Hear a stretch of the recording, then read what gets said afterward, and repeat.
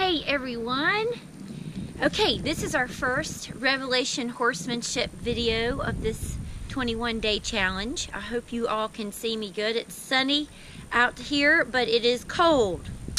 Alright, so for this first video, I want to incorporate the verse that we talked about yesterday, and it has to do with the Lord directing our steps. And before the Lord can direct our steps, He's got to have our attention, right? We've got to be accessible to Him, and we've got to be looking up instead of towards ourselves or outwardly.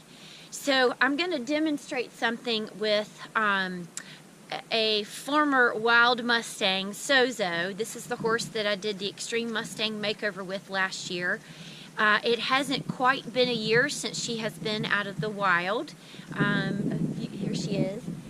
I got her almost a year ago on January 20th, and so she's coming up on her year out of the wild birthday. Okay, so here's the thing. When I started with Sozo, one of the first things I taught her, and you're going to see this in the second video that's part of this email, one of the first things I taught her on, well, from day one, but specifically on day 2, was to pay attention to me. Okay, and just like the Lord wants our attention, He's jealous for our attention. I wanted her to be jealous of I was jealous of her attention because without her attention, I wasn't going to get anywhere with her. I wasn't going to be able to prove to her that I was trustworthy and that I was a sweet spot and a place for her to feel comfort. Okay, let me back her up just a little bit because in case she wants to bonk my head again.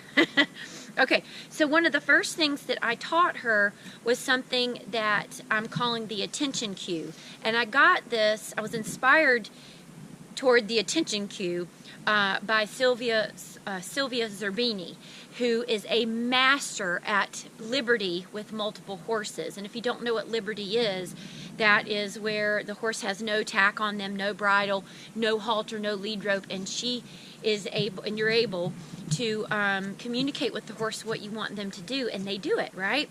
Okay, so she's a master at doing that with multiple horses, and that's something. Thought you were gonna bonk the video camera.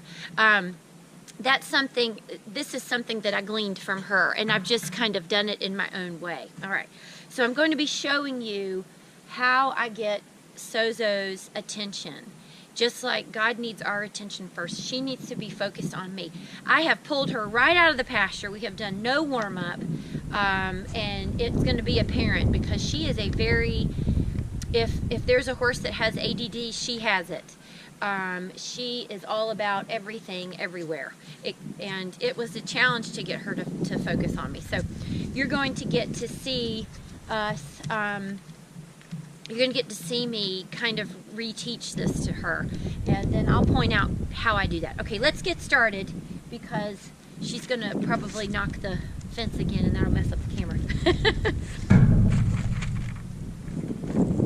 Alright, so I'm going to be using a voice cue, and this is really important because when I'm under saddle and I want to do bridleless riding with her, the voice cue will come in handy to, one, get her attention, and to also yield her hindquarters. So I have, I'm using a voice cue, and it's a noise. I'll go ch to, at the same time that I'm moving her hindquarters over. So she's associating that noise, that voice cue, with moving her hindquarters over to give me her attention. Okay, so let's see what we have.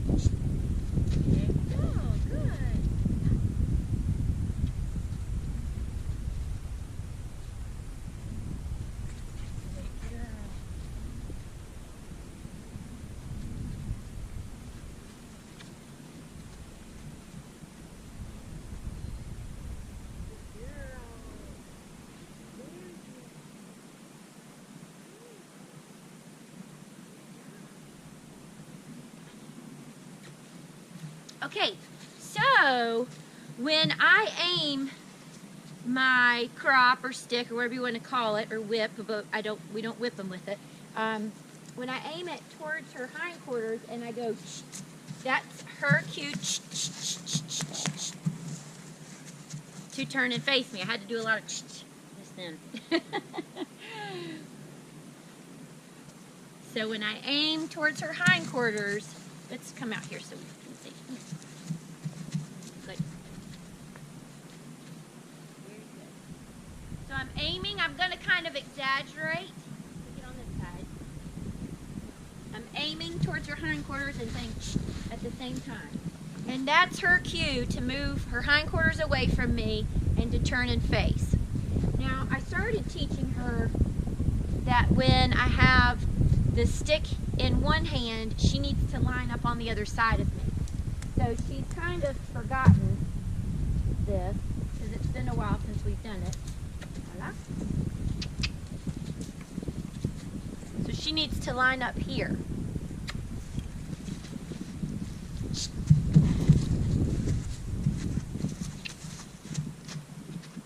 There we go.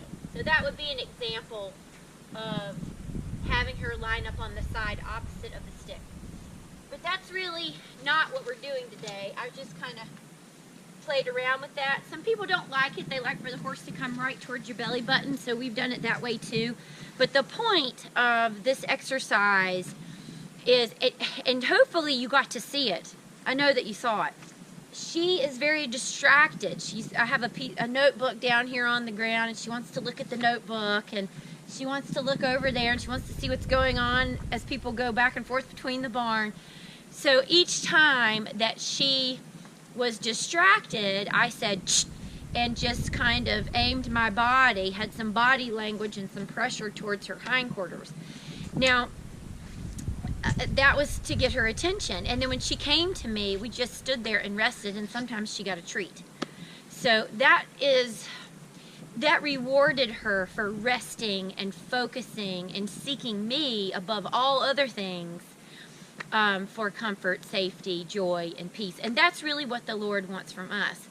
You know, He is a jealous God. He is a jealous God for our attention. And when we are out here with horses and training them, we want them to desire to be with us like the Lord wants us to be with Him. And so I think this is a really good activity, not only in your own personal horsemanship, something you can do with each of your horses, and it can help you think about how you are responding to the Lord. You know, you can start to develop some empathy for how the Lord really seeks and desires you, and whether or not you're going towards Him or running away from Him.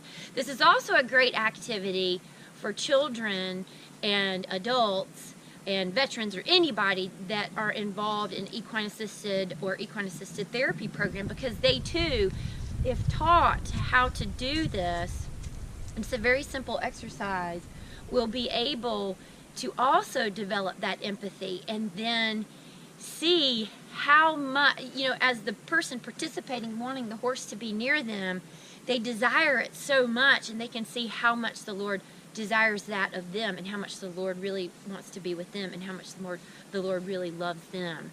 And so I think it's a great activity to incorporate in a similar ministry type of program. She knows I have treats in my pocket.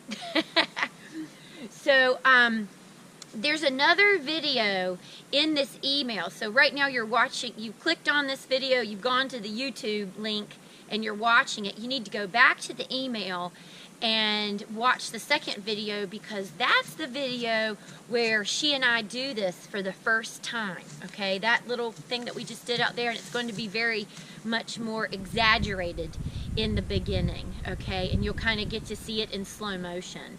Now here's another thing. When I got Sozo, I chose not to have the people herding her and moving her into the trailer. They ask you if you want your horse haltered, and they put them in a chute and they'll halter them. And I chose not to have her haltered because I wanted her to learn to catch me so that I could halter her. I wanted to have that experience with her and her make that choice to be with me and then me halter her. So what that means is for the first week that I had her, we did everything at liberty because I didn't have a halter on her and I couldn't put a rope on her. So you're going to get to see how I started her at liberty with nothing on her, and how keen she was to sometimes want to be away from me and sometimes want to be with me. So you'll get to see that process in the second video. Okay, I hope that inspires you when you go out to be with your horses to think about how God wants you to be with Him, and how you can be a leader for your horse and what you desire of your horse, because without their attention, you don't have anything. You know, you can't direct their steps, just as the Lord can't direct our steps without our attention. Okay, love you guys. Look forward to seeing you again soon.